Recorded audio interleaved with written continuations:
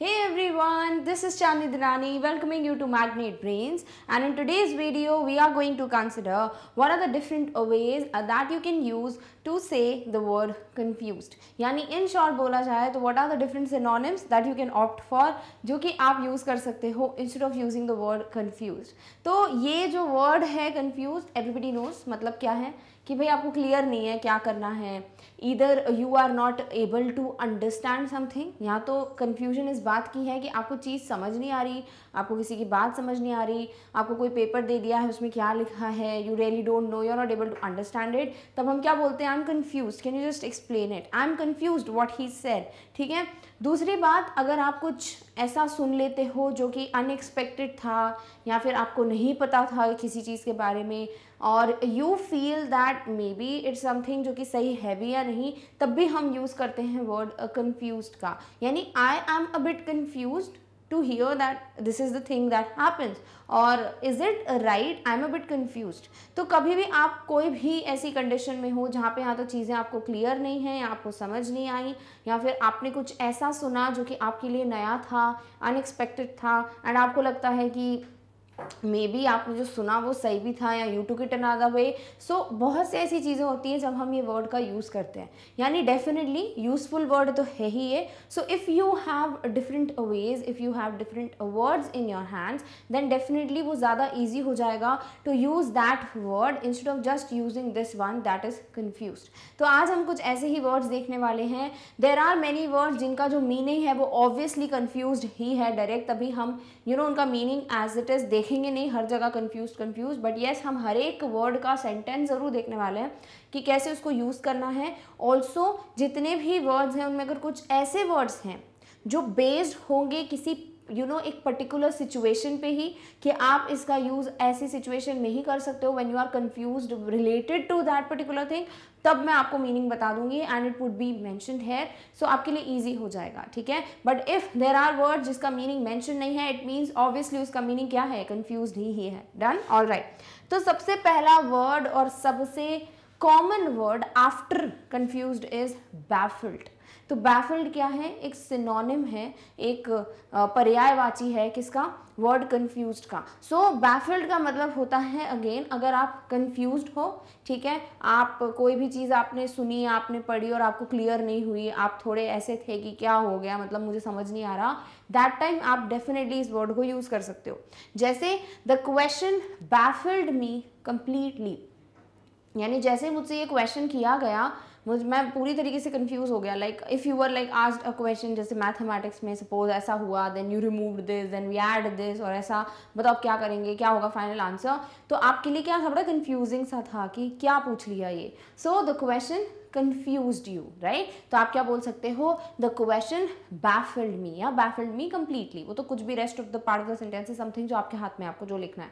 Similarly अगर आपको लगता है कि किसी से आपने कुछ बात की और आपको दिख गया उसके फेस पे कि the person was confused, the person was not able to understand what you said, तब आप बोल सकते हो कि I could see the baffled expression on his face, or I could make out that after I asked this question the person was baffled. ठीक है. तो आपको जैसे भी confused word यूज़ करते हो आप सेंटेंस में, उसकी जगह आप यूज़ कर सकते हो word baffled, क्योंकि वही मीनिंग है that something confused you or something led to a confusion in you, और आप पता कर पा रहे हो कि आप यहाँ देख पा रहे हो कि सामने वाला confused है, so you will opt for the word baffled. Done. All right. Next is befuddled. Now this is again एक synonym of the word confused, but लोगों को ज़्यादा पता नहीं होता है इसके बारे में, and there are very few people जिन्होंने कभी वो कैब पे काम किया हो, so they must be aware of this word कि befuddled is also a synonym of the word confused. But नहीं पता तो कोई बात नहीं, आज पता चल गया. ठीक है. सो befuddled का मतलब ही वही है जो baffled का है, यानी confused. ठीक है. तो जब आप बोलना चाह रहे हो कि I was confused because of this, और after I read the information I got confused, और I could see the other person was confused, तो आप हर जगह confused वर्ड को हटाकर यूज कर सकते हो word befuddled. For example, I was befuddled and did not know what I was doing. I was befuddled मतलब I was confused, मैं पूरी तरीके से confused था और मुझे नहीं समझ आ रहा था मैं क्या कर रहा हूँ, ठीक है। जैसे किसी ने बोला कि it was your like first day at work and you were given, you are assigned a duty कि भाई ऐसे ऐसे ऐसे कर देना है। नाउ जब आपने सामने वाले ने आपको बोला कि this is your role and responsibility, आपने तब तो बोल दिया कि हाँ हाँ I would do it, but then आपको लगा कि आपको कुछ समझ नहीं आया, you are totally confuse and आप फिर जो भी काम कर रहे थे यू डिड इट, आपको पता नहीं था आप क्या कर रहे हो। So then you will be like, आप ऐसे ही बोलोगे ना, I was confuse like at what the person told me to do but I did it, I don't know what I was doing. तो यहाँ पर कंफ्यूज की जगह आप बोल सकते हो वर्ड बी फडल्ड। तो वही चीज़ है, I was befuddled and did not know what I was doing. I was a befuddled on what the question the person asked, but I answered something that I also don't know what it was. तो जब आपको बिल्कुल ऐसे ही बताना कि पूरी तरीके से ही confused थे और आपको पता नहीं आपने क्या करा या फिर आपको जो भी चीज़ थी वो समझ नहीं आई, you can go for the word be fuddled instead of the word confused. Done? All right. Next is bewildered. अब ये वर्ड बहुत सुनने को मिलता है। अब जैसे हम अपनी करिकुलम पे जाएं, हमने जो लिटरेचर की बुक्स वगैरह पढ़ी हैं, स्टोरीज पढ़ी हैं, वहाँ पे ना दो वर्ड्स बहुत ज़्यादा यूज़ होते हैं। एक वर्ड हम आगे जाके देखेंगे परप्लेक्स्ड, और दूसरा वर्ड होता है bewildered, जिसका मतलब ये होता है क्या, कंफ्यूज्ड, ठीक है। तो कंफ्यूज्ड का एक और सिनोनिम है दैट इज bewildered। तो इसका मतलब यही हुआ कि भाई आई एम कंफ्यूज्ड और द पर्सन वाज कंफ्यूज्ड और शी वाज कंफ्यूज्ड, ठीक है। So I was totally bewildered by her message. तो कभी भी आपने कोई चीज़ देखी एंड यू आर लाइक, आप कंफ्यूज्ड हो, आप शॉक्ड हो कि क्या था ये, मतलब समझ नहीं आया, या ये क्या लिख के भेजा है उसने, और यू आर लाइक कन्फ्यूज्ड कि what the person was trying to tell me. तो वहाँ पर आप कन्फ्यूज्ड की जगह क्या वर्ड यूज़ कर सकते हो, bewildered, क्योंकि bewildered का मतलब ही क्या होता है that you did not understand what the other person said, या फिर मैसेज में क्या लिखा था, after reading that you were totally confused, ठीक है। आप पूरी तरीके से ऐसे थे कि क्या लिखा था, मतलब समझ नहीं आया। So instead of going for the word confused आप डेफिनेटली चूज कर सकते हो bewildered. Done? All right. Next is dazed. Now dazed का मतलब होता है अगेन ऑब्वियसली कंफ्यूज्ड, राइट। अब कई जगह डेज्ड का बहुत सारे मीनिंग्स हैं, बट अभी हम जो मीनिंग कंसिडर कर रहे हैं वो है इन टर्म्स ऑफ कंफ्यूजन, ठीक है। सो जब कोई बोलना चाह रहा है कि I was completely confused, I was confused at what the person said, तो आप क्या बोल सकते हो, I was dazed. Dazed का मतलब और भी है, but yes you have to tell, right, कि आप सेंटेंस में बताओगे ना कि आप confused का बताना चाह रहे हो version. So at the end of the meeting I was dazed। तो अगर किसी ने बोला how was the meeting, did you understand what the project was about, what did the boss tell you about like the agenda और the pilot project they are launching, तो कुछ भी, ठीक है। तो आप बोल सकते थे कि भाई जैसी मीटिंग खत्म हुई आई वाज तो कंफ्यूज, मुझे तो कुछ समझ ही नहीं आया क्या बोल रहे थे, what was the project about, what are we going to do और समथिंग, मैं तो किसी और से समझूंगा, ठीक है। तो आप बोल सकते हो at the end of the meeting I was dazed, यानी at the end of the meeting I was confused, right? Next कोई बोल सकता है you went for that workshop, did you understood what the person was trying to explain to you, and you'll be like the workshop was good but like at the end of it I was dazed, I was confused, I never knew, like I did not understand what they were trying to tell me। तो यहाँ पर वही चीज़ है कि आप confused word use करना चाहते हो तो you can go for the word dazed। Done? All right. Next is distracted। अब डिस्ट्रैक्टेड का मतलब आपको लगेगा कि ये कैसे कंफ्यूज, मतलब इसका तो ये मतलब होता है हम भटक गए या फिर हमारा ध्यान भटक गया किसी चीज़ की वजह से, we got distracted because of that, right. तो हमें बोला जाता है ना, do not get distracted, like these are the things that are going to distract you from your main motive, main goal. तो भटकाना नहीं अपने दिमाग को एंड ऑल लाइक दैट। तो यहाँ पर डिस्ट्रैक्टेड का मतलब वो नहीं है, इसका मतलब है कन्फ्यूजन से रिलेटेड। कैसे? Unable to concentrate because one is preoccupied by something worrying or unpleasant। यानी आपको किसी ने कुछ चीज़ बोली पर आपको कुछ समझ नहीं आया, आप कॉन्सेंट्रेट नहीं कर पाए, आप कंफ्यूज्ड हो गए हो, ठीक है। बट वो कंफ्यूजन का रीज़न क्या है, ये नहीं कि आपको समझ नहीं आया क्योंकि आपको इतनी समझ नहीं है उस चीज़ की जो वो समझाना चाहते हैं। इसका मतलब ये है कि आप कहीं और आपका ध्यान लगा हुआ है, आप ऑलरेडी प्री ऑक्यूपाइड हो, घिरे हुए हो किसी और काम से या किसी और सिचुएशन की वजह से, किसी और चीज़ की वजह से, और इसका जो रिजल्ट है वो ये है कि आप वो चीज़ या वो बात समझ नहीं पाए, ठीक है। You could not understand understand it. तो when you are not able to understand it, आप कंफ्यूज्ड थे एंड कंफ्यूजन का रीजन था द डिस्ट्रैक्शन, तब आप ये वर्ड यूज कर सकते हो डिस्ट्रैक्टेड। तो मैंने आपको बोला था ना, कुछ तो वर्ड्स ऐसे जो आप डायरेक्ट बिल्कुल कंफ्यूज की जगह रख दो इन एनी सिचुएशन, बट कुछ ऐसे वर्ड्स हैं जो सिर्फ कोई एक दो सिचुएशन पे ही फिट बैठेंगे। अब सपोज आपको ऑलरेडी किसी चीज़ का टेंशन है, या फिर आप ऑलरेडी अपने प्रोजेक्ट के बारे में सोच रहे हो कि आपको जाना है, आपको प्रोजेक्ट आज कंप्लीट करना है, एंड एकदम से क्या होता है कि कोई मीटिंग अनाउंस हो जाती है in your office and you have to go and attend that. अब आपके दिमाग में तो वही चल रहा है ना कि मुझे तो भाई प्रोजेक्ट कंप्लीट करना था, मैं तो ये टाइम ऐसे बिल्कुल प्लान करके रखा था कि मैं इतने बजे तक ये प्रोजेक्ट कर लूँगा, बट आपका 1-2 घंटे का टाइम जो है वो मीटिंग में चला गया। नाउ मीटिंग में जो कुछ भी होगा आप कंफ्यूज ही रहोगे, आपको कुछ समझ नहीं आएगा। क्यों? क्योंकि उसका रीजन है ये डिस्ट्रैक्शन। क्या डिस्ट्रैक्ट कर रहा है आपको? आपका प्रोजेक्ट कंप्लीशन। सो यहाँ पर आप क्या बताना चाह रहे हो कि भाई I am confused, but the reason of my confusion is the distraction. ठीक है, तब आप बोल सकते हो डिस्ट्रैक्टेड वर्ड। अब यूज कैसे करना है? The manager was distracted between different opinions, यानी जैसे अगर कोई प्रोजेक्ट मिला है, ठीक है, सेम कंपनी में मीटिंग में सब डिसीजन हो गया एंड ऑल, अब one part of the team was telling the boss to do something, manager को वो कुछ और बोल रहे थे कि आप ऐसा ऐसा कर सकते हो, and the other part of the team had another opinion.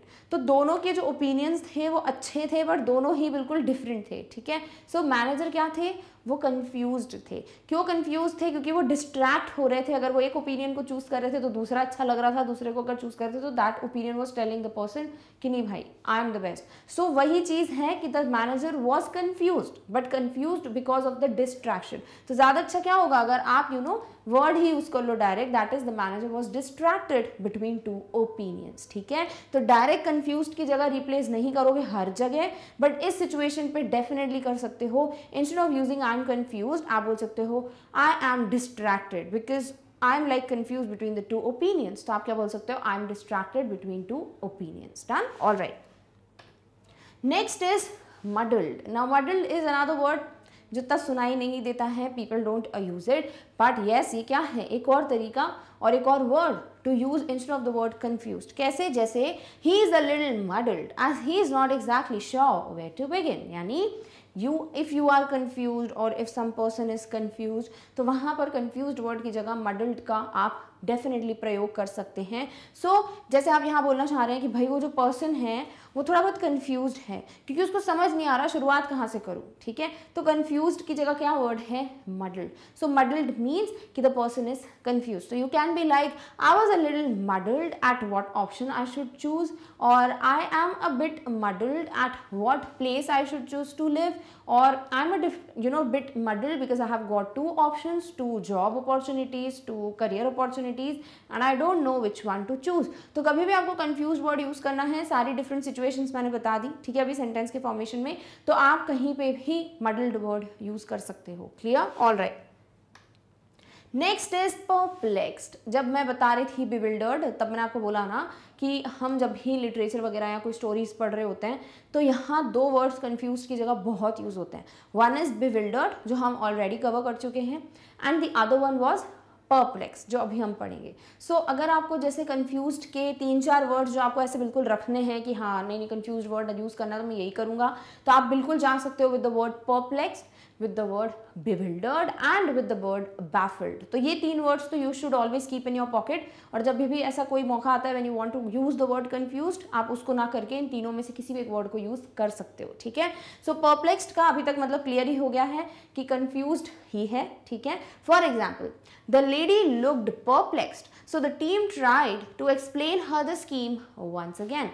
For example आप किसी बैंक जाते हो और आपको कोई फंड की स्कीम या कोई भी एक स्कीम के बारे में जानकारी चाहिए, और आपको सारी स्कीम के बारे में समझाया, वो जो भी टीम थी, जो भी पर्सन अलॉटेड था टू डू दैट वर्क, उन्होंने आपको वो पूरी स्कीम समझाई, बट आपको कुछ समझ ही नहीं आया। ऑब्वियसली फाइनेंस रिलेटेड था, यू रियली डोंट अंडरस्टैंड कि क्या बोलना चाह रहे हैं ये, what are these words, meaning नहीं पता, so you were confused, so you will look confused, right? So the lady looked perplexed या the lady was perplexed, एक ही बात है कि भाई जो भी लेडी थी वो confused थी because she could not understand about the scheme, जो कुछ भी टीम ने बोला, and then टीम जो थी उसने वापस ट्राई किया to explain to her once more कि भाई क्या ये हमारी स्कीम है, so that उनका confusion जो है it gets washed away। तो वही चीज़ है इफ़ यू वॉन्ट टू से कन्फ्यूज वर्ड, या फिर आप बोलना चाहते हो द पर्सन लुक्ड कन्फ्यूज और द पर्सन वॉज कन्फ्यूज और आई वॉज कन्फ्यूज, तो instead of using the word confuse आप बोल सकते हो परप्लेक्स, ठीक है। तो 3 वर्ड्स ध्यान में रखना ही रखना है, bewildered, baffled,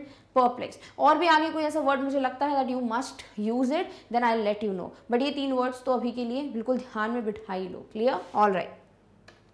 next is puzzled. अब ये बड़ा आसान वर्ड है, बहुत आसान वर्ड है, याद रखना, बिकॉज पजल्स क्या होते हैं, मतलब ऐसे आपको ऐसे बिखरे हुए दिखती हैं ये चीज़ें और आपको क्या करना होता है कि आपको एक एक लिंक जोड़ना होता है एंड देन फाइनली आप सॉल्व करते हो पजल को, राइट। तो अगर जब हम सॉल्व नहीं करते हैं उसके पहले जो ये पूरा बिखरे हुए पीसेस हैं पजल के, या फिर कोई भी ऐसे लिखने वाला पजल है, कुछ भी है, तो वो क्या है, कन्फ्यूजन है, राइट। सो आप कन्फ्यूज की जगह वर्ड यूज़ कर सकते हो पजल्ड, जब आप ये बताना चाहते हो कि समझ नहीं आ रहा था पर्सन को क्या करना है, सारी चीज़ें मतलब इधर उधर हैं, बिखरी हुई हैं दिमाग में, and the person is trying to like link everything and then come to a conclusion. तो वही चीज़ है पजल्ड, मतलब पजल से ही याद रख सकते हो, something that is not like in their proper formation, it's all इधर उधर, ठीक है। तो क्या है, कंफ्यूजन का सोर्स है। So instead of using the word confused आप डेफिनेटली यूज कर सकते हो वर्ड पजल्ड। कैसे? He was looking at the papers with a puzzled expression. भाई जैसे ही उसको पेपर्स दिए जिसमें सारा सब कुछ कॉन्ट्रैक्ट के बारे में मेंशन था, या फिर जो भी इंफॉर्मेशन थी अबाउट द पर्टिकुलर मशीन कैसे यूज़ करना एंड ऑल, तो जब वो पेपर पढ़ रहा था उसके चेहरे पे दिख रहा था कि वो बहुत कंफ्यूज्ड है। So he had a puzzled expression, puzzled का मतलब the person was not able to understand कि भाई क्या करना है, like completely confused, ठीक है। so बिल्कुल जा सकते हो इस वर्ड के साथ, बिकॉज सीधे सीधे समझ आ रहा है कि हाँ भाई ये confused का ही एक सिनोनिम है। so if you want to say that something is not clear to you, something is so confusing कि आपको समझ नहीं आ रहा है कैसे लिंक करना है, उसको कैसे यूज करना है, then you can go for the word puzzled. Done? All right. Next is adult. Now puzzled adult मतलब ऐसा लग रहा है कि एक समझ आया दूसरा क्या लिया एकदम से, राइट। सो एडल्ट भी एक वर्ड है जो कंफ्यूज की जगह ही यूज़ करते हैं, जिसका सीधा सीधा मतलब है कंफ्यूजन से रिलेटेड, ठीक है।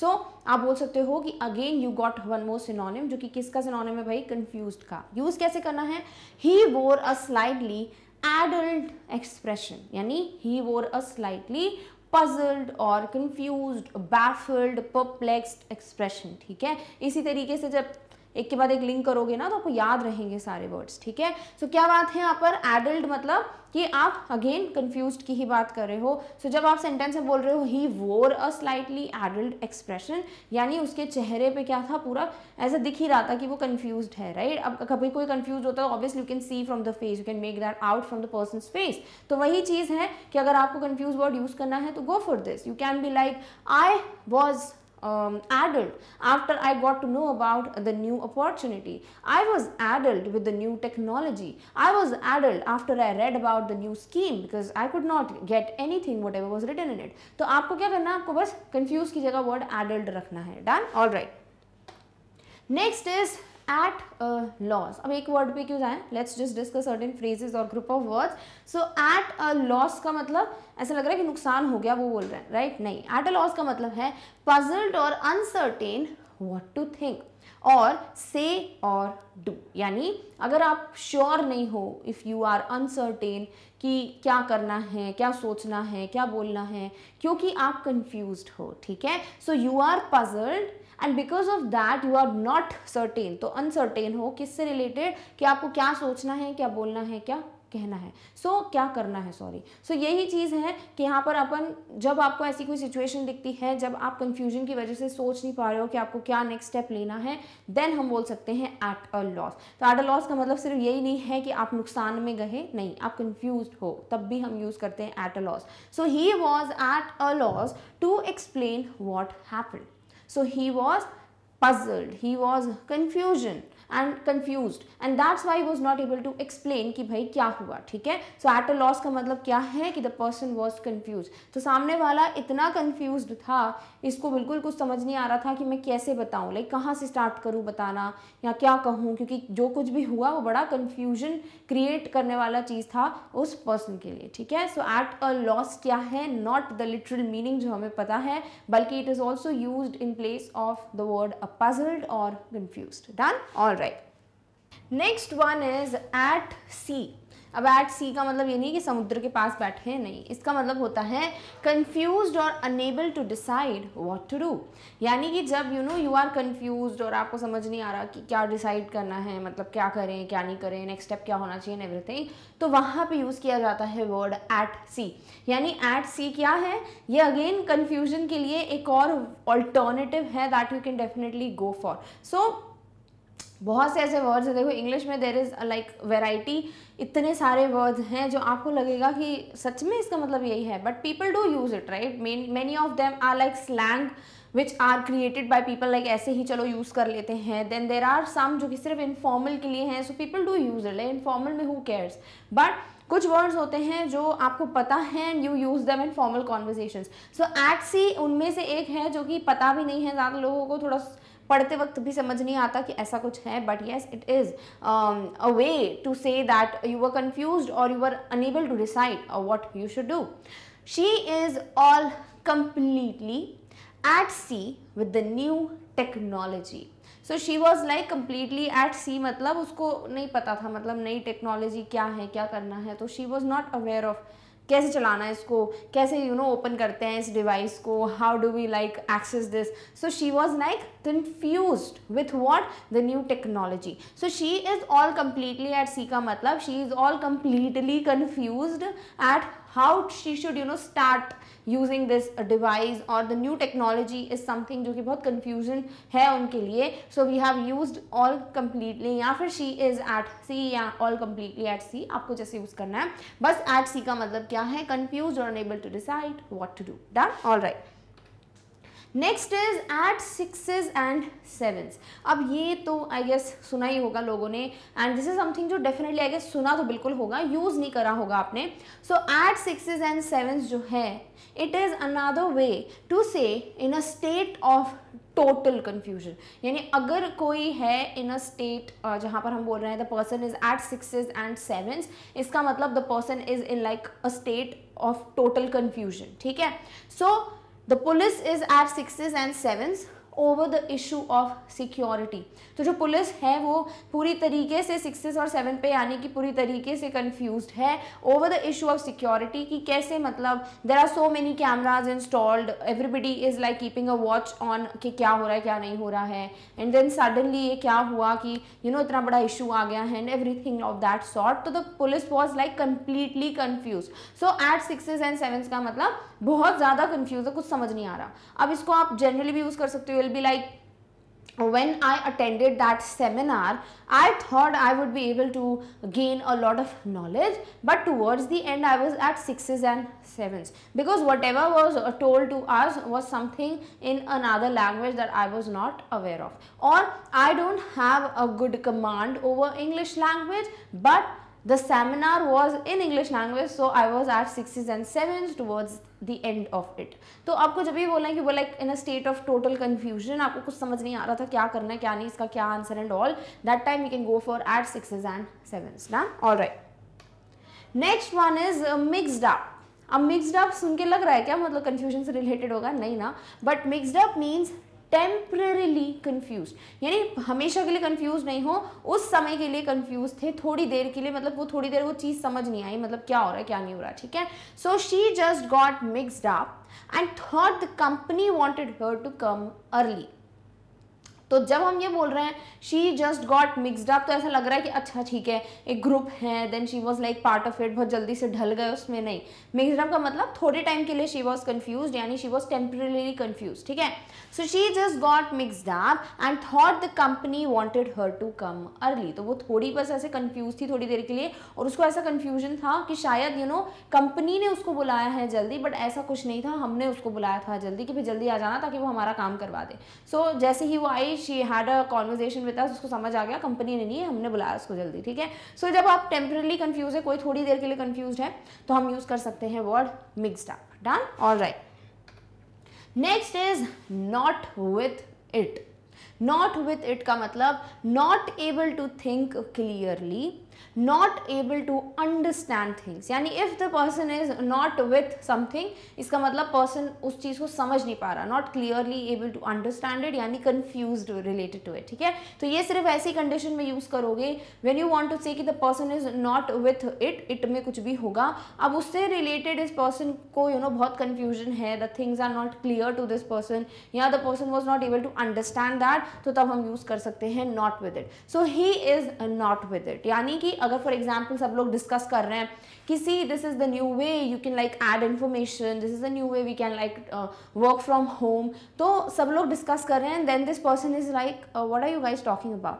तो अगर सब लोग ऐसे हैं कि हैं मतलब you don't know about it, तो फिर कोई भी बोल सकता है he is not with it, like he is not clear with all these technology related terms, he is not clear with all these things, तो तब हम बोल सकते हैं ही इज नॉट विद इट, यानी ही इज टोटली कंफ्यूज्ड और ये सारी चीज़ें उसको इतनी ईजिली समझ नहीं आती हैं। डन। तो सिर्फ वहीं पे कंफ्यूज्ड का एक वर्जन जो है नॉट विद इट यूज करोगे जब आपको ऐसी सिचुएशन बतानी है कि the person was not able to easily understand it, वो ईजिली समझ नहीं पा रहा था तो कंफ्यूज्ड था, ठीक है। All right, next is punch drunk. Now this is something जो बड़ा अलग है, ठीक है, और कंफ्यूजन से रिलेटेड है, समझ नहीं आता पढ़ते वक्त, एंड ऑल्सो ये क्या है भाई, ये बहुत इनफॉर्मल है, ठीक है, तो इसको फॉर्मल में यूज नहीं कर सकते obviously. So this means if someone is punch drunk, अगर कोई पंच ड्रंक है, दे आर वेरी टायर्ड और confused specially after dealing with a difficult situation.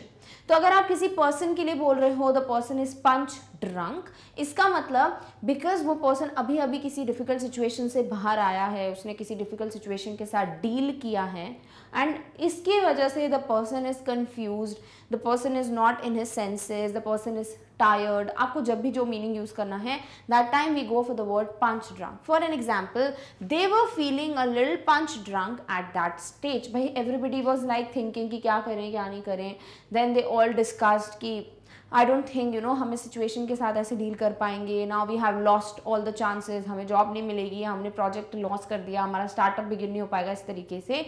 सो वो क्या थी, एक डिफिकल्ट सिचुएशन थी, and everybody was like punch drunk at that stage, यानी सबके सब कंफ्यूज्ड थे कि क्या करें, नेक्स्ट स्टेप क्या ले, बिकॉज अभी अभी वो एक डिफिकल्ट सिचुएशन के साथ डील करके बाहर निकले, या फिर डिफिकल्ट सिचुएशन को अभी उन्होंने एक तरीके से हैंडल किया है। So at that stage the person is confused because उनको नहीं समझ आ रहा आगे क्या करें, क्योंकि ऐसा स्टेट ऑफ माइंड है।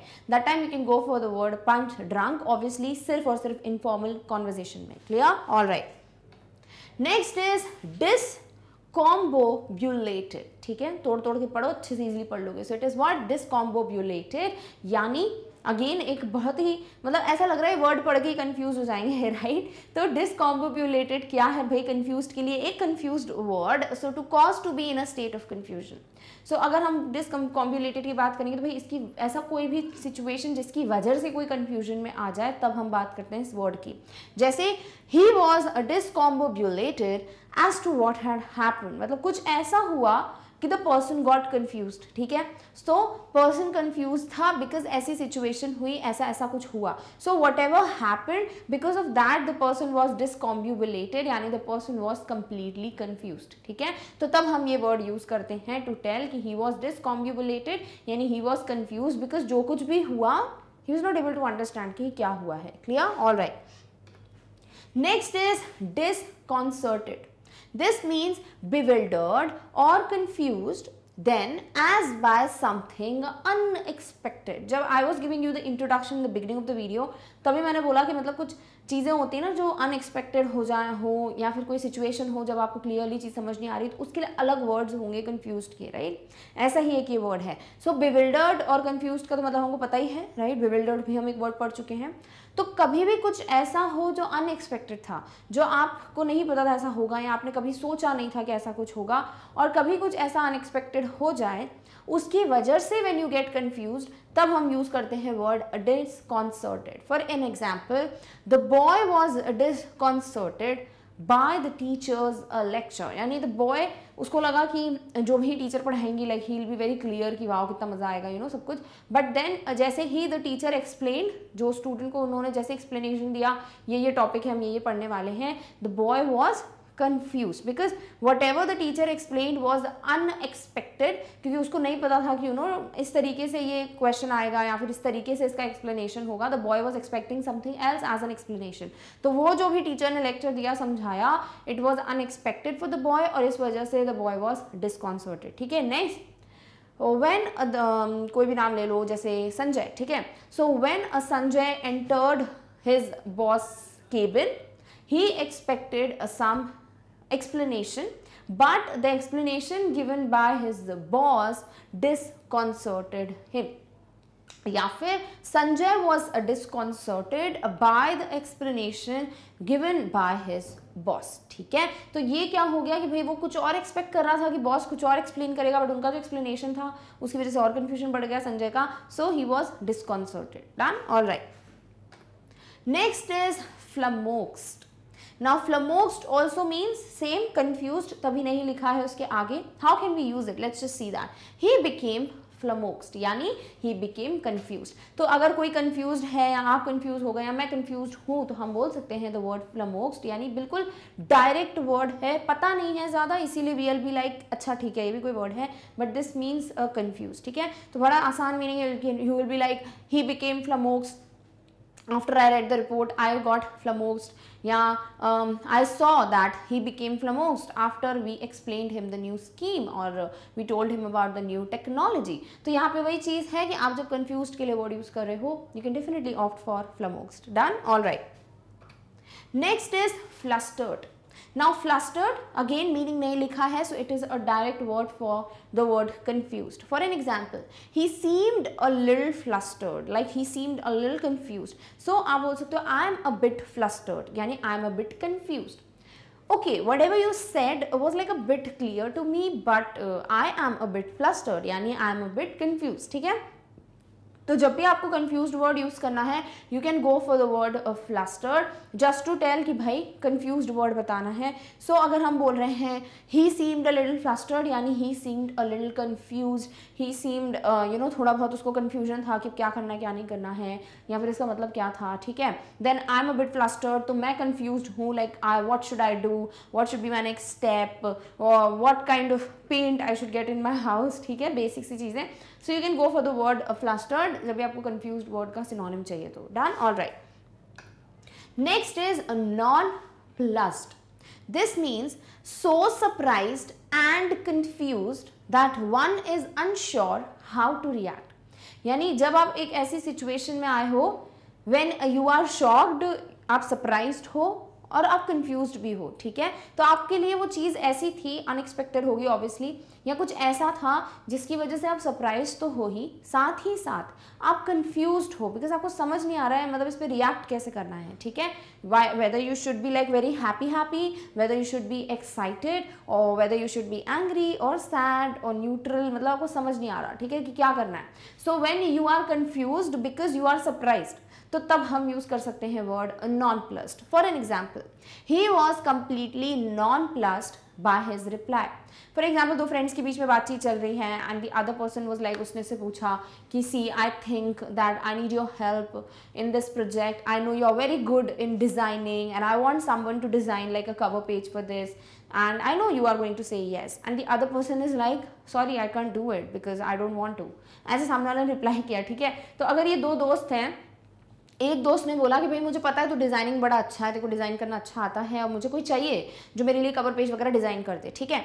और तू हाँ ही बोलेगा, मुझे पता है, तो प्लीज़ मैं तेरे को डिटेल दे देता हूँ. एंड द अदर पर्सन, जो दूसरा फ्रेंड है, उसने रिप्लाई किया कि मुझे पता है मुझे डिज़ाइनिंग अच्छी आती है बट मुझे नहीं करना, मतलब सॉरी मुझे नहीं करना, ये मैं नहीं करना चाहता. तो मतलब जो ये दोस्त था उसने तो क्या एक्सपेक्ट किया था कि हाँ बोलेगा, बट उसका जो रिप्लाई था उसकी वजह से वो शॉक्ड था और वो कंफ्यूज्ड भी था, बिकॉज वो समझ नहीं आ रहा मैं कैसे रिएक्ट करूँ कि मतलब ये सच था, मजाक कर रहा है, या उसने क्यों मना किया, क्या हुआ है. ठीक है. तो यहाँ पर नॉनप्लस्ड क्या है, एक परफेक्ट फिट बैठता है अगर आपको बोलना है कि द पर्सन गॉट कंफ्यूज. ठीक है. So if somebody got surprise, somebody was shocked to with anything, और वहाँ पर आपको कंफ्यूज्ड वर्ड बताना है, then you can go for the word nonplussed. Done. All right. Next is punchy. अब punch drunk पढ़ा था अभी थोड़ी देर पहले, इनफॉर्मल है, ठीक है, हर जगह यूज़ नहीं करोगे, सिर्फ इनफॉर्मल कॉन्वर्जेशन में करोगे। वहीं पे पंच ड्रंक का ही एक थोड़ा तरीका होता है पंची यूज करने का, ठीक है। सो पंच ड्रंक पंची एक ही बात है। So tired and confuse specially after dealing with a difficult situation, same thing we was we read in punch drunk, ठीक है। जब हम पंच ड्रंक पढ़ रहे थे we read the same meaning, तो वही चीज़ है जो मैंने बोला। सो इधर यू से पंच ड्रंक और यू से पंची, एक ही बात है, बिकॉज दोनों ही इनफॉर्मल साउंड कर रहे हैं, राइट। दोनों का मतलब है सामने वाला टायर्ड है और कंफ्यूज्ड है बिकॉज वो अभी अभी एक डिफिकल्ट सिचुएशन के साथ डील करके आया है। For an example, Rahul was a little bit punchy but now he is okay. किसी ने बोला what happened, is Rahul okay, and then you are like see whatever happened was bit confusing for Rahul, so Rahul was a bit punchy and he was tired and confused both. तो वो बहुत confused था कि कैसे हो गया, क्या हो गया, and because of that he was tired, थक गया था वो mentally में भी, तो अभी but वो फिर भी ठीक है। तो if somebody is punchy means the person is tired and confused। तो आपको कभी ऐसे यूज़ करना है, आप सिर्फ confused बोलोगे तो then it's not going to do the justice। तो आप बोल सकते हो the person was punchy or I was feeling a bit punchy because whatever happened was something I never expected, ठीक है। तो आप यूज कर सकते हो word punchy। Next is thrown off balance। This means to confuse someone for a short time by saying or doing something that they are not expecting। अगर मतलब कोई खड़ा है नॉर्मली, ठीक है, नॉर्मल है सब, अब अगर आप कुछ ऐसा बोल दो जो सामने वाले ने बिल्कुल एक्सपेक्ट नहीं किया था तो वो ऐसे हिल जाएगा ना, मतलब तो बैलेंस नहीं रहेगा। सो अगर हम बोल रहे हैं थ्रोन ऑफ बैलेंस, मतलब किसी के लिए कोई चीज़ बड़ी शॉकिंग थी और उसने एक्सपेक्ट नहीं की थी एंड वो कंफ्यूज है, मतलब क्या बोल दिया।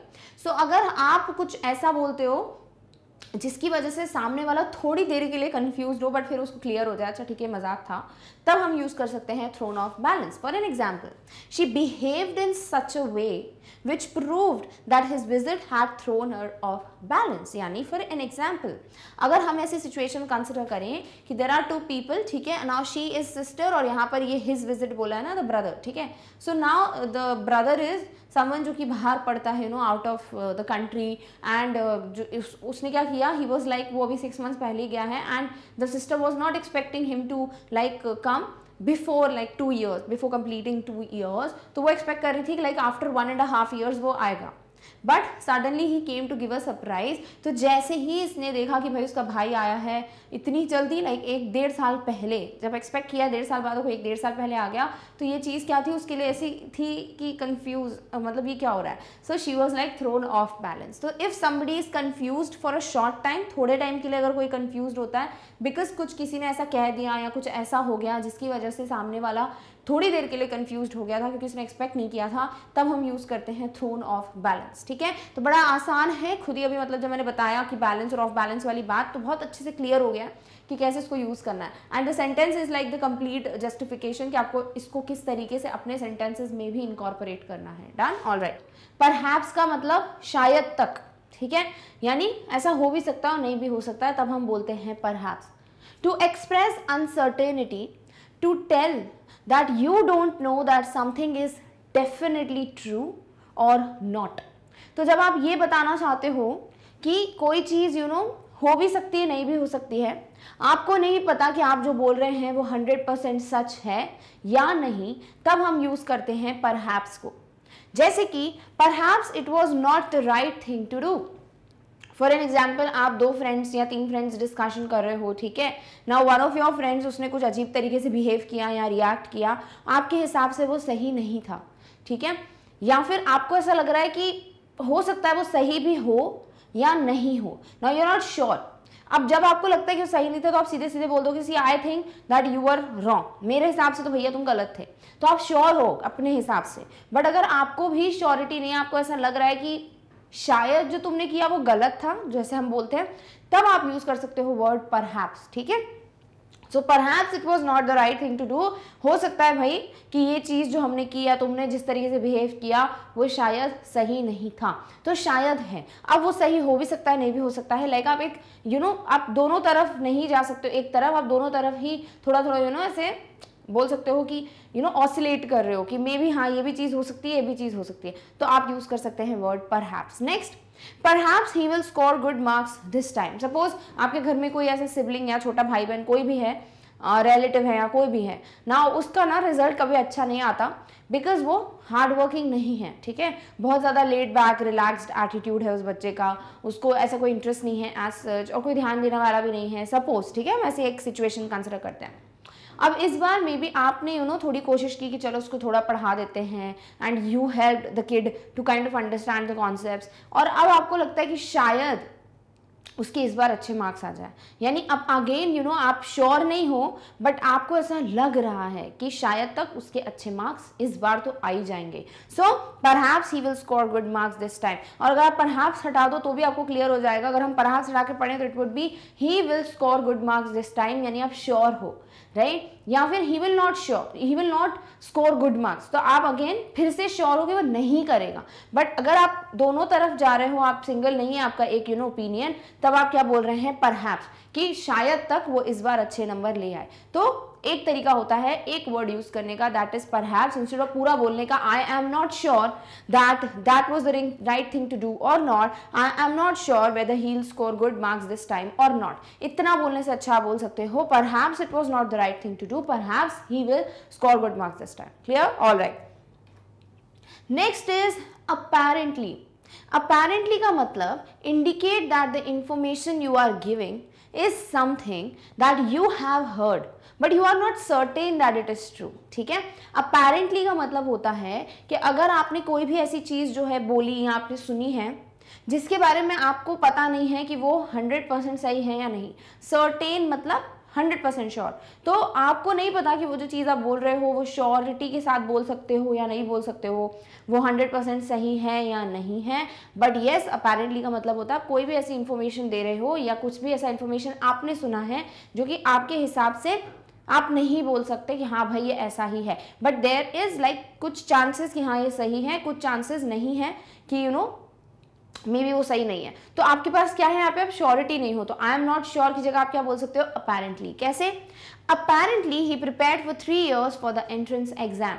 किसी ने बोला कि did he get selected like in one go और ही लुक लाइक टुक टाइम, क्या? तो आपको ऐसा पता नहीं है कि उसने एक बार में सिलेक्शन हुआ कि उसने कुछ ईयर्स में निकाला। अब आपको एग्जैक्ट तो नहीं पता कि कितने साल, बट आपको लग रहा है शायद उसको 3 साल लगे और उसके बाद उसने एंट्रेंस एग्जाम क्लियर किया। तो यहाँ जो शायद वर्ड है वो क्या बता रहा है कि आप श्योर नहीं हो, right? So when you are not sure आप क्या बोल सकते हैं, apparently. So apparently he prepare for 3 years for the entrance exam, कि शायद तक उसने 3 साल लिए एंट्रेंस एग्जाम के लिए प्रिपेयर करने के लिए। Next, apparently something happened in my absence. अब जैसे आप कहीं गए, सपोज आप किसी पार्टी में गए हो, आपके फ्रेंड की बर्थडे पार्टी है, ठीक है, अब आप लोग थोड़ा लेट हो गए, आप लेट हो गए, एंड जैसे ही आप पहुंचते हो जहाँ पे बर्थडे पार्टी, सब लोग ना बहुत नाराज़ हैं, सब लोग ऐसे सैड होके बैठे हुए हैं, किसी का भी ऐसा मूड नहीं है कि सब खुश होंगे बर्थडे पार्टी में, तो आपको लग रहा है शायद तो कुछ तो हुआ है यहाँ पे, ठीक है, तो शायद मेरे एब्सेंस में, यानी जब तक मैं नहीं था तब तक कुछ तो यहाँ पर हुआ है। So apparently something happened in my absence. तो यहाँ अपेरेंटली का मतलब क्या है, शायद तक, यानी आप 100% श्योर नहीं हो, ठीक है। तो या तो आपने बोल दिया परहैप्स या आपने बोल दिया अपेरेंटली, दोनों का ही मतलब है कि you are not certain, you are not sure कि ऐसा कुछ हो सकता है या नहीं, मे बी ऐसा कुछ हुआ हो। Clear? All right, next is may be. अभी मैंने बोला ना मे बी ऐसा हुआ हो, राइट? तो मे बी का भी मतलब यही होता है कि शायद ऐसा हुआ हो। अब हर किसी का एक ही मीनिंग होने वाला है शायद, क्यों? क्योंकि हम पढ़ ही वो रहे हैं, आई एम नॉट श्योर, ठीक है। So use for showing that you are not sure whether something is true or whether something will happen.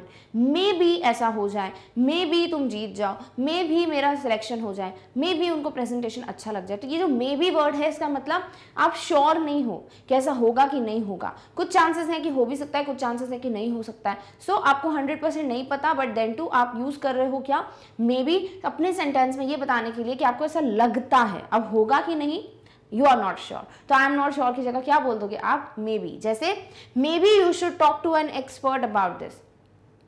Suppose आपके सामने, आपके पास कोई फ्रेंड आया, ठीक है, वो सब कुछ पूछ रहा है कि मेरे को यहाँ पे घर खरीदना है, इसका कितना स्क्वायर फीट होगा, क्या मटेरियल यूज़ हुआ है, कैसे पता करते हैं, एंड एवरीथिंग, एंडलेस क्वेश्चन है उसके पास। अब आपने भले ही घर खरीदा है, बट आपको ये सब चीज़ों का नॉलेज नहीं है, ठीक है, तो आप उसको बोल रहे हो कि देखो तुम ऐसा कर सकते हो शायद, तुम शायद एक्सपर्ट से बात कर लो, ठीक है, तुम्हारे ऊपर है, या तो तुम एक्सपर्ट से बात कर लो, या शायद तुम्हें एक्सपर्ट बता दे, मुझे नहीं पता कि वो लोग बता पाते कि नहीं बता पाते। या फिर जैसे अगर किसी ने बोला कि मेरी तबीयत ठीक नहीं लग रही है, क्या करना चाहिए, तो आप बोल सकते हो तुम शायद डॉक्टर को दिखा दो, क्या पता उससे कुछ हो जाए, ठीक है। तो वो वहाँ पे ऐसा नहीं कि आप 100% बोलो कि एक्सपर्ट के पास जाओ ही जाओ, डॉक्टर के पास जाओ ही जाओ, नहीं, आप सिर्फ एक सलाह दे रहे हो जो कि आप भी श्योर नहीं हो कि ऐसा होगा कि नहीं, इसका कोई रिजल्ट निकलेगा कि नहीं, तब हम बोल सकते हैं मे बी। तो maybe you should talk to an expert about this, यानी कि आप कोशिश कर सकते हो ना, तुम शायद एक्सपर्ट से बात कर लो, मे बी कुछ हो जाए। Next, may be something is not right in this report. अब सपोज किसी ने आप गए, आपने अपनी कंपनी की तरफ से आप सामने वाली कंपनी को एक रिपोर्ट देने गए हो, प्रपोजल देने गए हो, और उन्होंने कुछ नहीं बताया, उन्होंने सीधे बोल दिया, रिजेक्ट कर दिया, या फिर वो इतने खुश नहीं थे।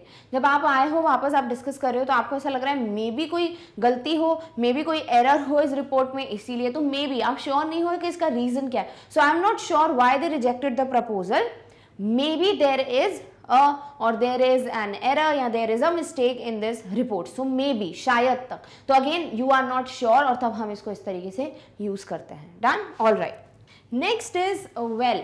अब वेल के बहुत सारे मतलब होते हैं, ठीक है, बट अगर आप इसको एक राइट टोन ऑफ वॉइस में यूज करो तो इसका एक मतलब होता है कि आप श्योर नहीं हो, मतलब आपको ऐसा लग रहा है बट जरूरी नहीं ऐसा हो।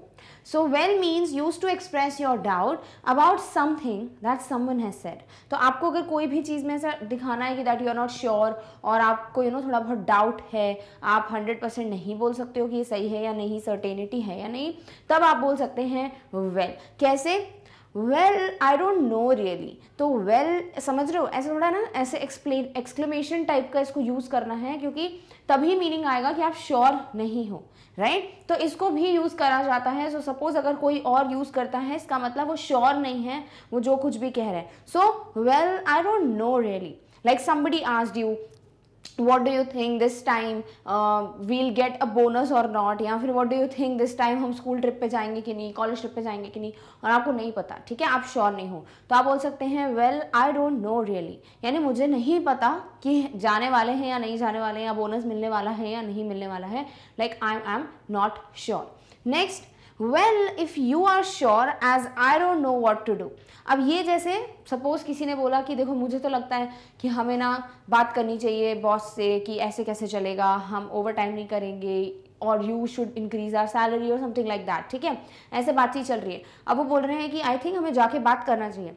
अब आपको नहीं पता कि क्या करना है क्या नहीं करना, because you are not sure about whether to do it or not. तो आप क्या बोल रहे हैं, well if you are sure, अगर तुम श्योर हो कि भाई ऐसा कुछ करना चाहिए, but because as I don't know what to do, क्योंकि मुझे नहीं पता कि क्या करना है, so you are not sure कि क्या करें क्या नहीं करें, सो यू आर लाइक अगर तुम श्योर हो कि this is going to work, ठीक है फिर चलते हैं, बट आई डोंट नो कि क्या सही है क्या गलत है। So this is also one way to say that I am not sure. तो इतना बड़ा बोलने की जगह कि I am not sure that this will happen or not, हम बोल सकते हैं सीधे well I don't know really, well I don't know what to do, ठीक है।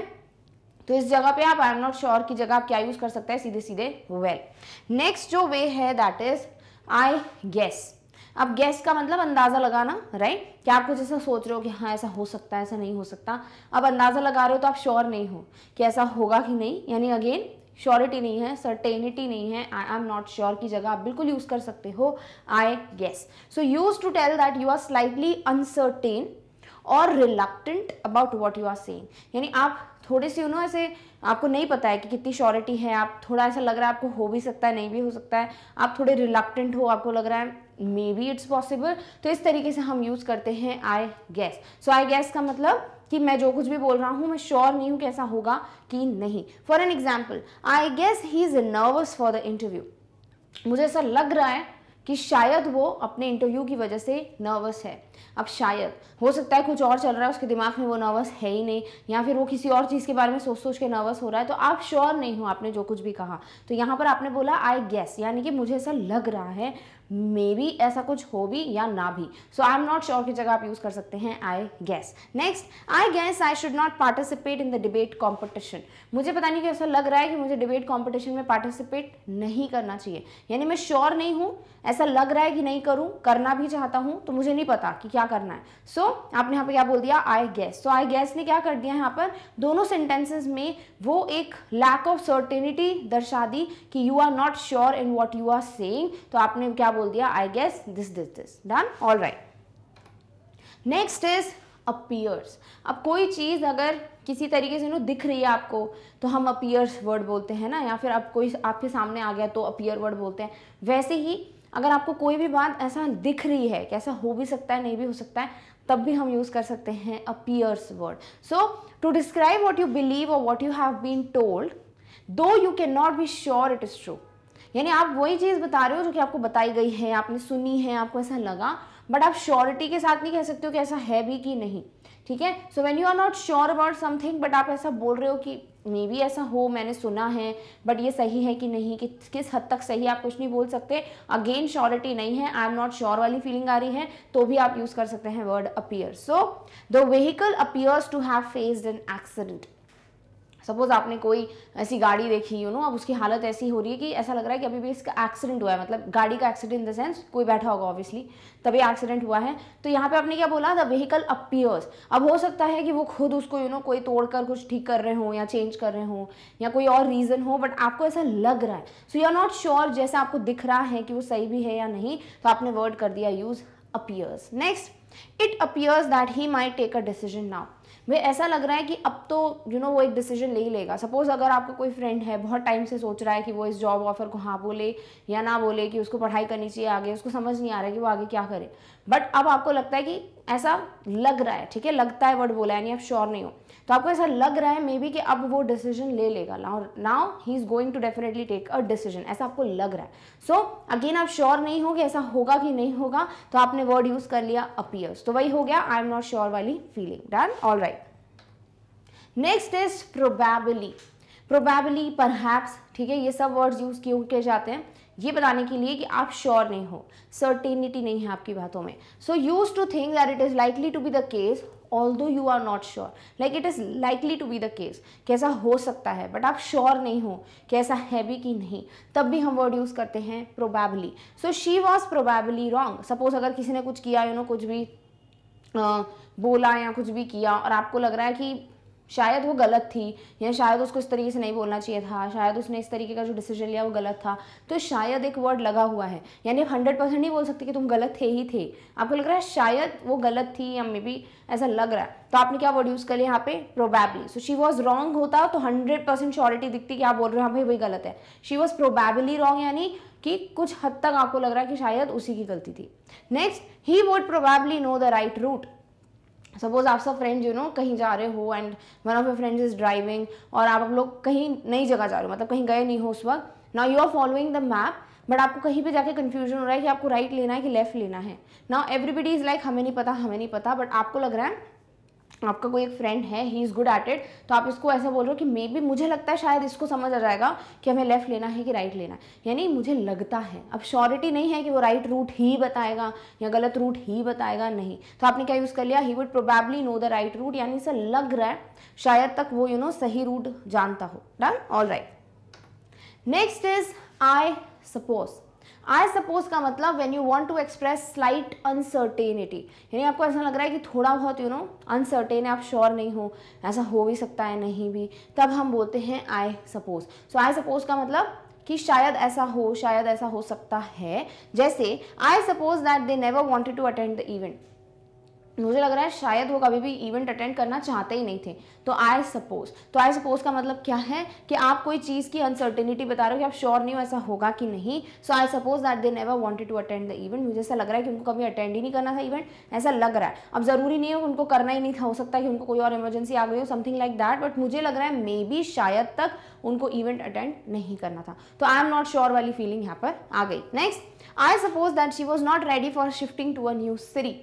सपोज अगर आपकी कोई फ्रेंड है, ठीक है, जिसने जॉब ऑफर फाइनली एक्सेप्ट कर लिया, अब उसको लग रहा था वो न्यू सिटी शिफ्ट हो गई, बट अब वो वापस आना चाहती है। Now you don't know the exact reason, but आप ऐसे अंदाजा लगा रहे हो मे बी उसको कभी नई सिटी में शिफ्ट होना ही नहीं था, she never wanted to shift from her city, she always wanted to stay with a family, तो आपको नहीं पता। सो हियर आपका जो रीजन है, आपका जो अंदाजा है वो क्या है, एक अनसर्टेन चीज़ है, you are not sure whether this is 100% true or not, तो आपने क्या बोल दिया, आई सपोज, मतलब मुझे ऐसा लग रहा है, done, okay. Next is it seems. Seems मतलब ऐसा अगेन वही चीज़ है, I am not sure, may be मुझे ऐसा फील हो रहा है, ऐसा लग रहा है कि ऐसा हो सकता है. So use for saying that something appears to exist or be true, यानी समथिंग लग रहा है, इट अपीयर्स वर्ड अभी हमने देखा, तो कोई चीज़ आपको ऐसे दिख रही है कि वो सही है या वो एग्जिस्ट करती है वैसे या वो ट्रू है, तब आप यूज़ कर सकते हैं word it seems. It seems का मतलब मे बी ऐसा हो या मे बी ऐसा ना हो. जैसे it seems that it might rain today, ऐसा लग रहा है शायद आज बारिश हो जाए, तो आपको ऐसा लग रहा है, ज़रूरी नहीं ऐसा हो, तो ऐसा लग रहा है कि आज बारिश हो सकती है. अब हो भी सकती है, नहीं भी हो सकती है, you are not sure, somebody is like क्या लगता है बारिश होगी कि नहीं होगी, तो आपको आप क्या बोल रहे हैं कि इट सीम्स, ऐसा दिख रहा है कि मे बी बारिश हो जाए. अब नहीं होगी तो ऐसा तो नहीं है कि आप कुछ बोल सकते नहीं, बिकॉज आपने क्या किया, आपने बता दिया you are not sure whether it will rain or not.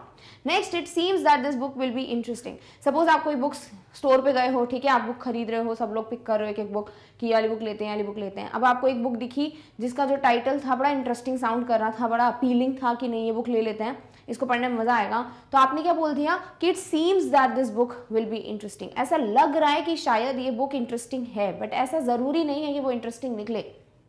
तो आपने इट सीम्स करके क्या बोल दिया, आपने ये बता दिया यू आर नॉट श्योर. आप जैसे बस एक अंदाजा लगा रहे हो, तो आगे जाकर अगर वो इंटरेस्टिंग नहीं भी निकली तो एटलीस्ट आपको नहीं बोलेंगे कि यार तुमने गलत बुक चूज की, तुम तो बोल रहे थे बड़ी इंटरेस्टिंग है. नहीं, आपने ये नहीं बोला this book will be interesting, आपने बोला it seems that this book will be interesting. तो दोनों में बहुत बड़ा अंतर है. तो if you want to show in your sentence कि आप श्योर नहीं हो, आप सर्टेन नहीं हो whether this is going to happen or not, तब आप इनमें से कोई भी एक पर्टिकुलर वे यूज कर सकते हो to indicate that. Done, all right. Next is as far as I know. जितनी मुझे इन्फॉर्मेशन है या जितनी हद तक मैं जानता हूँ, इसका मतलब भाई मेरे इन्फॉर्मेशन के हिसाब से ऐसा ऐसा लग रहा है, ज़रूरी नहीं है वो सही हो, तो you are not sure. Again आपने यहाँ पे अगर कोई भी इन्फॉर्मेशन दे दी और उसमें आपने बोल दिया as far as I know, इसका मतलब आप ये नहीं बोल रहे हो कि ऐसा होगा ही होगा. So use to say that you are not absolutely sure of the statement you are about to make or have just made and you may be wrong. तो आप श्योर नहीं होगी ऐसा होगा या ऐसा हो भी सकता है नहीं भी, तो आपने कुछ भी ऐसा बोल दिया जो एब्सोल्युटली श्योर नहीं हो और उसके चांसेस हैं कि वो हो भी सकता है या फिर वो गलत भी हो सकता है. ठीक है, तो आप क्या बोल सकते हैं as far as I know. जैसे as far as I know the shop is closed forever. Suppose आप किसी मार्केट में गए, आपने देखा ये शॉप कुछ टाइम तक बंद है, ठीक है, 1 हफ्ता हो गया, 2 हफ्ता हो गया, खुली नहीं रही, शॉप बंद है. अब आपके फ्रेंड ने बोला कि भाई कब तक, ये कोई छुट्टी वुट्टी पे गए हैं क्या, तो आप बोल रहे हैं कि भाई जितनी मेरे को इन्फॉर्मेशन है मुझे लग रहा है शॉप हमेशा के लिए बंद हो गई, अब कभी नहीं खोलेंगे वो.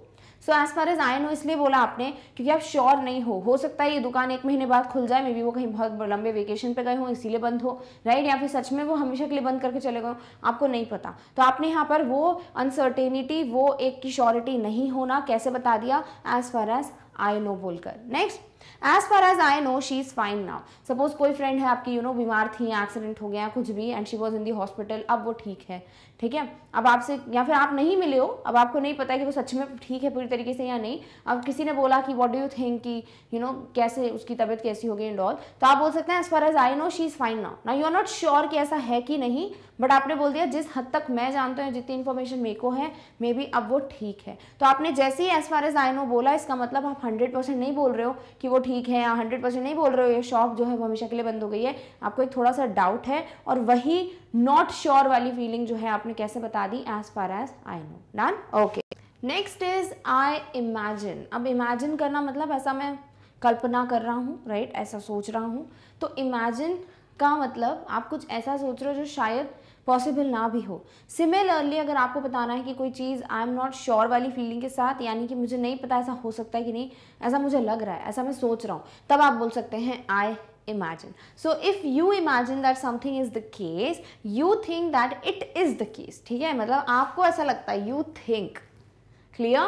तो इसका मतलब ये है if you imagine that something is the case, अगर आपको ऐसा imagination लग रहा है कि हाँ ऐसा हो सकता है, इसका मतलब यू थिंक, आप ऐसा सोच रहे हो. It can be possible, it can not be possible, दोनों चीज़ें हो सकती है, may be it is, may be it is not. तो इसमें भी आई एम नॉट श्योर वाला मीनिंग जो है वो इंडिकेट हो रहा है. जैसे I imagine it would look good on you. Suppose अगर किसी ने कोई, आप लोग शॉपिंग पे गए हो आपके फ्रेंड्स के साथ, and then your friend is like confuse, क्या करूँ, कौन सी ड्रेस लूँ, ये ड्रेस मेरे पे अच्छी लगेगी कि नहीं. सो यू आर लाइक मुझे ऐसा लग रहा है कि मे बी ये ड्रेस तुम पे अच्छी लगेगी। तो अगेन आप श्योर नहीं हो, it can be a possibility कि वो ड्रेस बिल्कुल अच्छी नहीं लगे पहनने पे, हो सकता है कि वो बहुत अच्छी लगे। तो आप दोनों ही साइड में से एक को नहीं चूज कर सकते हो, आप श्योर नहीं हो, तो आप क्या बोलेंगे, आई इमेजिन, ऐसा मैं सोच रहा हूँ, मुझे ऐसा लग रहा है। Next, I imagine it's difficult to do this job, मुझे ऐसा लगता है कि तुम्हारी जो जॉब है उसको करना बहुत डिफिकल्ट है। अब आपका फ्रेंड बोल सकता है कि नहीं इट्स वेरी इजी, बोल सकता है literally it's very difficult. So you don't no कि वेदर इट इज सच में बहुत ज़्यादा डिफिकल्ट या फिर इट इज़ नॉट डिफिकल्ट। तो आपने क्या बोल दिया कि आई इमेजिन, मुझे ऐसा लग रहा है कि ये काम करना बहुत डिफिकल्ट होगा। Clear? Okay. Next is as far as I am aware, as far as I know, next है as far as I am aware. इसका मतलब जितना मुझे पता है, तो जितनी इन्फॉर्मेशन मुझे है, जितनी हद तक मैं जानता हूँ, वहाँ पे भी आपने क्या बोला कि वहाँ पे श्योरिटी नहीं है, आपको ऐसा लग रहा है, जितनी आपके पास इन्फॉर्मेशन उस हिसाब से। वैसे ही as far as I am aware का मतलब जितना मेरे को जानकारी है, जितना मैं जानता हूँ, वही मीनिंग निकल रहा है, यानी कि जितना मुझे पता है। तो ये सही भी हो सकता है, नहीं भी हो सकता है, it's just based on whatever information I have.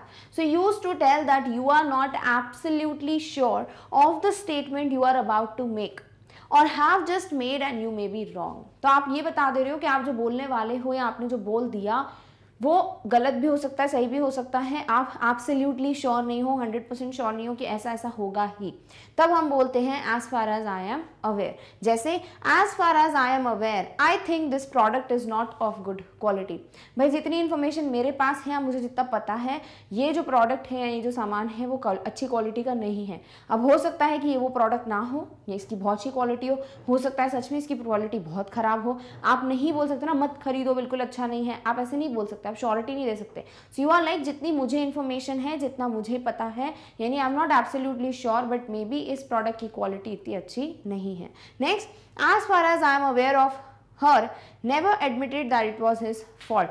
As far as I am aware he never admitted that it was his fault, ये हो जाएगा स्टेटमेंट। ठीक है, तो क्या लिखा है, जितना मुझे पता है, जिस हद तक मैं जानता हूँ, उसने कभी भी अपनी गलती जो है एडमिट नहीं की, या उसने एडमिट नहीं किया, माना नहीं कि उसकी गलती थी, उसका फॉल्ट था, जिसकी वजह से हम मीटिंग में अपना प्रेजेंटेशन अच्छे से नहीं दे पाए सपोज। ठीक है, तो यहाँ पे क्या है, as far as I am aware जितना मुझे पता है, हो सकता है उसने सच में माफ़ी मांग ली हो, मैं वहाँ प्रेजेंट ना हूँ, हो सकता है उसने सच में माफ़ी ना मांगी हो, तो आप श्योर नहीं हो। तो आपने बोला आई am not absolutely sure but may be उसने एडमिट नहीं किया है कि उसकी गलती थी। अब इतना सारा बोलने के चक्कर में क्या होगा भाई, बहुत बड़ा सेंटेंस बन जाएगा, इससे अच्छा हम बोल सकते हैं as far as I am aware. Done? Okay. Next is correct me if I am wrong. ये आप बोल क्यों रहे हो, इसका मतलब क्या है कि भाई मैं जो कुछ भी बोल रहा हूँ वो मेरे हिसाब से या मुझे जितनी इन्फॉर्मेशन उस हिसाब से बोल रहा हूँ। अब इसमें कुछ भी गलत है तो आप बताओ, मतलब आप भी श्योर नहीं हो कि वो पूरा तरीके से सही है या नहीं है। So correct me if I am wrong means to indicate that you are not entirely sure what you are about to say is true. तो आप जो बोलने वाले हैं ज़रूरी नहीं है वो सही है, आप खुद श्योर नहीं हो और तभी आप सामने वाले को बोल रहे हो कि भाई अगर गलती है, मैंने जो बोला उसमें कुछ भी सही नहीं है, देन प्लीज़ मुझे बता देना, लाइक लेट मी नो और करेक्ट मी अगर मैं गलत हूँ तो। सो इस तरीके से इसको यूज़ करना है। जैसे correct me if I am wrong but I think this issue is already been discussed.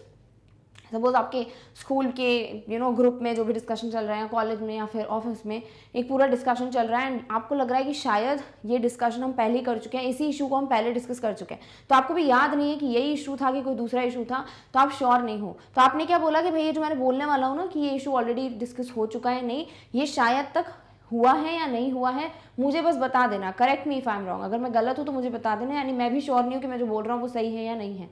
So I am not sure. Next, correct me if I am wrong but I think I was absent on that day.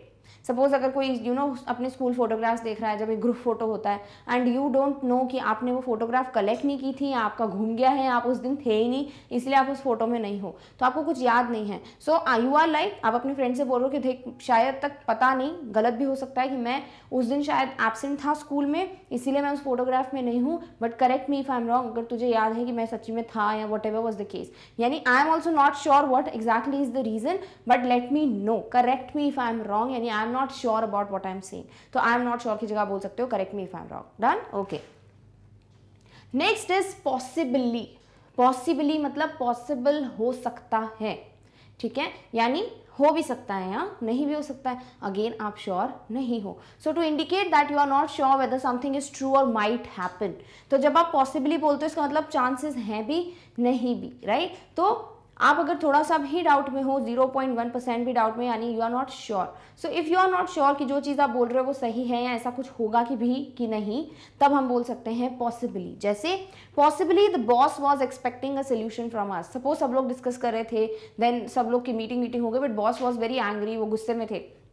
अब सब अपना अपना reason दे रहे हैं, ऐसा होगा ऐसा होगा। अब आप बोल रहे हो कि मैं श्योर तो नहीं हूँ, बट मुझे लग रहा है कि बॉस हमसे सोल्यूशन चाह रहे थे इस प्रॉब्लम का, और क्योंकि हमने आगे बढ़ के सोल्यूशन नहीं दिया, मे बी इसीलिए उनको प्रॉब्लम हो गई, उनको गुस्सा आ गया, ठीक है। तो आप श्योर नहीं हो कि ऐसा है भी कि नहीं, बट आपने क्या बोल दिया, पॉसिबली, यानी पॉसिबल हो सकता है, होगा कि नहीं I can't say that, but may be ये रीज़न था कि जिसकी वजह से बॉस अनहैप्पी थे कि वो हमसे एक्सपेक्ट कर रहे थे solution of the problem. Next, possibly she can't afford the house. Suppose जैसे आप लोग घर वगैरह देखने जा रहे हो अपने फ्रेंड के लिए, बहुत ही बेहतरीन घर है, उसको वो भी पसंद नहीं आ रहा, ठीक है। तो फाइनली आप जब डिस्कस कर रहे हो कि यार इतना अच्छा घर था, उसने क्यों मना कर दिया, तो आप बोलो मे भी रीज़न हो सकता है कि वो इतना अफोर्ड नहीं कर सकती, इतना बजट नहीं होगा उसको इस घर खरीदने को, तो इसलिए उसने बोल दिया कि मुझे अच्छा नहीं लगा। पॉसिबली मतलब हो भी सकता है ये रीज़न हो, या सच में उसको अच्छा ना लगा, या कोई और रीज़न हो, आपको नहीं पता। So you are not sure whether the reason was that she could not afford the house या फिर कुछ और, तब हमने बोल दिया word possibly. Done, okay. Next is to the best of my knowledge, यानी मुझे जितनी भी इंफॉर्मेशन है उस पर बेस्ड मैं ये बोल रहा हूँ। इसका मतलब ये नहीं कि वो सच हो, इट कैन बी और इट कैन नॉट बी, यानी I am not sure. So to tell that a person thinks something is true but that there may be something he और she does not know which makes it untrue, ठीक है। तो हो सकता है कभी कभार आपके पास जितनी इन्फॉर्मेशन है आपने उस पर बेस्ड तो बोल दी पॉइंट, बट आपको नहीं पता ना, हो सकता है कोई इन्फॉर्मेशन आपको नहीं पता हो, आपको जानकारी नहीं हो, थोड़ी कम जानकारी हो, तो उस पर based you will not be sure, right. तो आई एम नॉट श्योर कि ऐसा हो भी सकता है या नहीं, कब बोल सकते हो, जब आपको पता नहीं है कि जितनी इन्फॉर्मेशन आपके पास है उस हिसाब से ये एक कंप्लीट स्टेटमेंट होगा, ये श्योरिटी है कि नहीं। So to the best of my knowledge the teacher had not asked for the complete report. Suppose सब लोग सोच रहे हैं कि मैम ने कंप्लीट रिपोर्ट मांगी थी, कि मैम ने सिर्फ नाम मांगा था, मैम ने सिर्फ समरी मांगी थी, क्या मांगा था मुझे याद नहीं है। तो आप बोल सकते हैं to the best of my knowledge, यानी जितना मुझे पता है उस हिसाब से टीचर ने पूछी नहीं है रिपोर्ट, पूरी रिपोर्ट उन्होंने नहीं मांगी है। अब हो सकता है आप उस दिन आप आए ना हो जिस दिन मैम ने बोला हो कि भाई चेंजेस हैं, या फिर आपने सुना ना हो अच्छे से, तो आपके पास जितनी इन्फॉर्मेशन है उस हिसाब से तो ये सही है कि टीचर के ने रिपोर्ट नहीं मांगी है पूरी, बट आपके पास जो इन्फॉर्मेशन नहीं है उस पर बेस्ड और कुछ भी हो सकता है। तो आपने ये नहीं बोल दिया आई एम 100% श्योर, आपने बोल दिया भाई जितना मुझे पता है। So you are again not sure. Next, to the best of my knowledge nobody resides here. भाई मेरे को जितना पता है उस हिसाब से इस घर में कोई नहीं रहता है। अब हो सकता है वहाँ पर कोई रहता हो, जब आप आए हैं तब वो थोड़े टाइम के लिए चले गए हो वेकेशन पे, या कहीं शिफ्ट हो गए हो, बाद में आ रहे हो, आपको कुछ नहीं पता, बट जितनी आपके पास इन्फॉर्मेशन है, जितना आप रोज देख रहे हो, आपके हिसाब से इस घर में कोई नहीं रहता है। But it can be like opposite also. तो आपने ये नहीं बोल दिया आई एम श्योर, आपने बता दिया आई एम नॉट श्योर बट मुझे इतना पता है तो मुझे ऐसा लग रहा है। Done, okay. Next is I am ambivalent about. Ambi मतलब होता है दो तरीके, ठीक है। एम्बीवेलेंट का मतलब आपके पास दोनों व्यू पॉइंट्स हैं, आपको सही भी लग रहा है और गलत भी लग रहा है, यानी अगेन आप श्योर नहीं हो। तो जब भी ऐसा सिनारियो आए जहाँ पे आप दोनों ही पॉसिबिलिटीज़ को चूज़ करना चाहते हो, आपको नहीं पता कि ए ऑप्शन चूज़ करूँगा तो ज़्यादा अच्छा होगा कि बी ऑप्शन चूज़ करूँगा तो ज़्यादा अच्छा होगा, तो आप क्या हो, दो ऑप्शन के बीच में कन्फ्यूज्ड हो, यानी आप श्योर नहीं हो। ऐसी सिचुएशन में जब आप श्योर नहीं हो आप यूज़ कर सकते हैं I am ambivalent about. So two opposing feelings at the same time of being uncertain about what you feel. तो आपको समझ नहीं आ रहा है कि आप क्या चाह क्या रहे हो, आपका क्या मतलब है, आपको क्या लग रहा है सिचुएशन में, तब आप दो ऑपोजिट फीलिंग्स आपके माइंड में रन कर रही हैं, उसे कहेंगे कि आई एम एम्बीवेलेंट अबाउट। जैसे I am ambivalent about this offer. Suppose आपको एक जॉब ऑफर मिला, आप बहुत खुश हुए कि बहुत अच्छी कंपनी है और अच्छा पे भी अच्छा कर रहे हैं और आप खुश हो।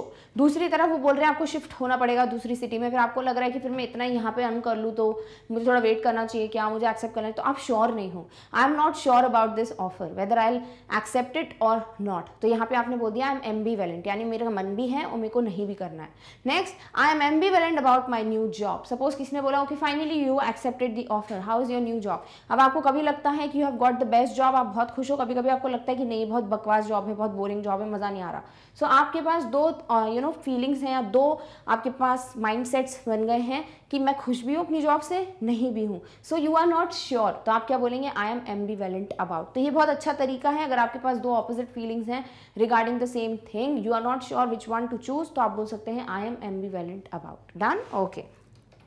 So with this we have completed so many different ways that you can go for। जब आपको बोलना है I am not sure in your sentence, अब आप एक आई एम नॉट श्योर ही बोल सकते हो, ठीक है, बट ये तो हर कोई यूज़ करता है। अब आपके पास कितने सारे डिफरेंट वेज हैं, आपके पास सिंगल वर्ड भी है, आपके पास ग्रुप ऑफ वर्ड्स भी हैं, डिपेंड्स आपको कौन सा ज़्यादा इंटरेस्टिंग लग रहा है, कौन सी सिचुएशन फिट बैठ रही है, किस सेंटेंस में आप ज़्यादा अच्छे से यूज़ कर पा रहे हो, इस तरीके से आपको चूज़ करना है इनमें से कोई भी एक तरीका, सो दैट आपको आई एम नॉट श्योर ही रिपीट ना करना पड़े। You have plenty of ways to go for. Now before we come to an end of this particular video, एक और चीज़ है जो हम जल्दी से डिस्कस कर लेते हैं, दैट इज़ कि जब भी आपको मैग्नेट ब्रेन से कोई भी क्लास का कोई भी सब्जेक्ट और उससे रिलेटेड टॉपिक पढ़ना होता है, आप यूट्यूब पे जाते हैं, सर्च करते हैं मैग्नेट ब्रेन्स चैनल पर and you get the video. But कभी कभी होता है कि आपको शायद प्लेलिस्ट नहीं मिलती है, आपको कोई वीडियो नहीं मिलता है आसानी से, तो आप क्या कर सकते हैं, आप एक बहुत ही ईजी सोल्यूशन है उसको चूज़ कर सकते हैं, that is you can visit the website of magnet brains, that is magnetbrains.com। तो आपको करना क्या है, इसके लिए आपको जाना है गूगल पे, टाइप करना है magnetbrains.com, और जैसे ही आप वेबसाइट को ओपन करोगे आपके सामने ये पर्टिकुलर पेज जो है वो खुल जाएगा। And as you see this page, आपको क्या करना है, ऊपर की तरफ स्क्रॉल करना है। जैसे ही आप स्क्रॉल करेंगे आपके सामने सारी क्लासेस आ जाएंगी। तो आप क्लास 1 से लेके क्लास 12 तक कोई भी क्लास चूज कर सकते हैं, क्योंकि आपके पास सारी क्लासेस से रिलेटेड फ्री मटेरियल अवेलेबल है जो कि आप बहुत अच्छे से पढ़ सकते हैं। सपोज आपको पढ़ना है क्लास 10th का कोई सब्जेक्ट, आपको क्या करना है, सिर्फ उस क्लास पे क्लिक करना है, सीधा सीधा, इतना इजी है। तो आपको सीधे क्लास 10th पे क्लिक करना है, आपके सामने सारे सब्जेक्ट्स आ जाएंगे। नाउ आपको जो भी सब्जेक्ट पढ़ना है आपको सब्जेक्ट पे क्लिक करना है। सपोज आपको पढ़ना है क्लास 10th इंग्लिश, आप क्या करोगे, क्लास 10th इंग्लिश पे क्लिक करोगे। अब आपके पास सारे सेक्शंस आ जाएंगे कि ग्रामर का पढ़ना है कुछ, रीडिंग सेक्शन से कुछ पढ़ना है, राइटिंग स्किल्स का कोई टॉपिक कवर करना है, या फिर आपको लिटरेचर की दोनों बुक्स के चैप्टर्स पढ़ने हैं। तो आप क्या करेंगे, जैसे इस पे क्लिक करेंगे सारे सेक्शंस आपके सामने ओपन हो जाएंगे। Now what you have to do is, आपको जो भी पढ़ना है उस पर आपको क्लिक करना है। सपोज फॉर एन एग्जांपल आपको पढ़ना है इंग्लिश लिटरेचर की फर्स्ट बुक जो कि है फर्स्ट फ्लाइट, इसका first chapter letter to God. आप क्या करेंगे, फर्स्ट फ्लाइट पे क्लिक करेंगे, आपके पास सारे चैप्टर्स आ जाएंगे। आप लेटर टू गॉड पे जैसे ही क्लिक करोगे आपके सामने उस चैप्टर का वीडियो एक्सप्लेनेशन बिगिन हो जाएगा। सो दिस इज सो ईजी। अब आप इससे आप इजीली पढ़ सकते हैं, आपको ढूंढने की जरूरत नहीं है, आपके पास सब कुछ सामने है। जैसे ही आप ये चैप्टर समझ जाते हो, अब आपको कोई और चैप्टर पढ़ना है, आप क्या करेंगे, क्रॉस पे क्लिक करेंगे और आपके पास अगेन इंग्लिश का जो भी टॉपिक है वो आप चूज कर सकते हैं। सपोज आप इंग्लिश पढ़ चुके हैं, आपको कोई और सब्जेक्ट भी पढ़ना है, क्या करेंगे आप बैक पे क्लिक करेंगे, जो बैक बटन होता है, एंड देन अगेन आप क्लास चेंज कर सकते हो, सब्जेक्ट चूज कर सकते हो, टॉपिक चूज कर सकते हो, एंड वेरी इजीली आपके सामने जो एक्सप्लेनेशन है वो बिगिन हो जाएगा। सो this is a very nice way. अगर आपको थोड़ी भी दिक्कत होती है कोई भी वीडियो कोई भी प्लेलिस्ट को ढूंढने के लिए यूट्यूब पे, तो देन डेफिनेटली आप सीधे सीधे वेबसाइट पे चले जाओ, कुछ नहीं करना है, सिर्फ 1-2 क्लिक्स करने हैं and you will get the video in front of you. Done? Okay.